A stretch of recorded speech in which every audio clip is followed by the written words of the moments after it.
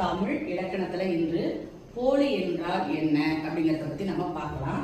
அதாவது போலி என்பது தமிழ் சொற்கள்ல ஒரு எழுத்து நிற்க வேண்டிய இடத்தில் வேறொரு எழுத்து நின்று அந்த சொல்லினுடைய பொருள் மாறுபடாமல் இருந்தால் அதுக்கு பேர் தான் என்னது? போலி.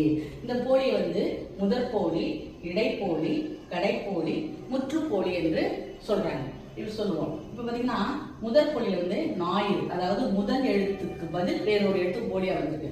இப்ப ஞாயிறுங்கிறது என்னது? ஞாயிற்றுக்கிழமைன்னு சொல்லுவோம். இது பேச்சு வழக்குல சொல்லக்கூடிய சொல். அது ஞாயிறு.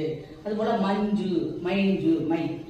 அதுக்கடுத்து இடைப்போலி அப்படிங்கிறது இடையில இருக்கக்கூடிய எழுத்துக்கு வேறொரு எழுத்து போலியா வந்திருக்கு. பாருங்களேன், அரையர், அரையர், தாவம், தாகம். அது போல கடைப்போலினா இறுதி எழுத்து.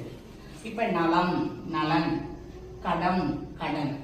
முற்றுப்போலினா அந்த எழுத்து, அந்த சொல்லினுடைய அனைத்து எழுத்துக்களுமே மாறி நின்று பொருள் தருவது. பாருங்க, 5 அப்படிங்கிறதுக்கு 5. ஏன்னா 5 ரூபாய் கொடுன்னு கிராமத்துல சொல்லுவோம் நம்ம பேச்சு வழக்குல.